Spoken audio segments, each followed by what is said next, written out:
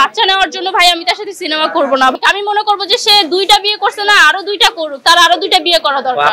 যারা নাকি নারীদেরকে মানে লালন পোষণ করতে পারবে, দায়িত্ব নিতে পারবে, তারা এই জিনিসটা করতে পারে। তো আমার মনে হয় এটাতে কোনো অসুবিধা নেই।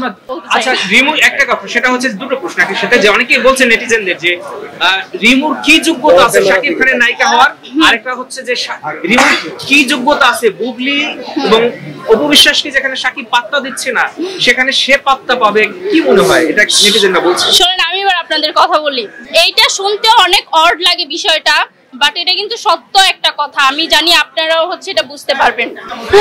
একটা ফুল যখন ফুটে তখন মৌমাছি ফুলটার উপর গিয়ে বসে, যখন মধু থাকে তখন ততক্ষণে কিন্তু মৌমাছি ওই ফুলটার উপরে বসে। মধু যখন শেষ হয়ে যায়, তেমনি আমাদের বাঙালি জাত এমন যে বিয়ে হওয়ার পর, বাচ্চা হওয়ার পর বেশিরভাগ ছেলেরাই হচ্ছে নারীদের প্রতি হচ্ছে আকর্ষণ বাড়ায়, আর সে হচ্ছে দেশের 1 নাম্বার হিরো ভাই। তার হচ্ছে এটা হওয়া স্বাভাবিক। আমি মনে করবো যে সে দুইটা বিয়ে করছে না, আরো দুইটা করুক, তার আরো দুইটা বিয়ে করা দরকার। আপনি চান আরো দুইটা করতে?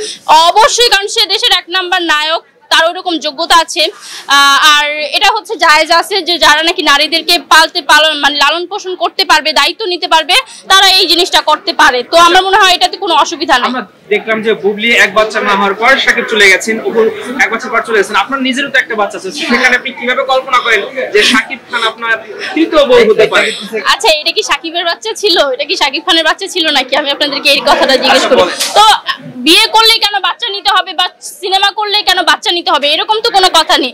আমি তার সাথে হচ্ছে শখে করব, সিনেমা করলে সেটা করব শখে, কারণ সে আমার স্বপ্নের নায়ক, সে আমার ক্রাশ। তার সাথে যদি সিনেমা করি সেটা শখে করব, কোনো বাচ্চা নেওয়ার জন্য ভাই আমি তার সাথে সিনেমা করব না ভাই।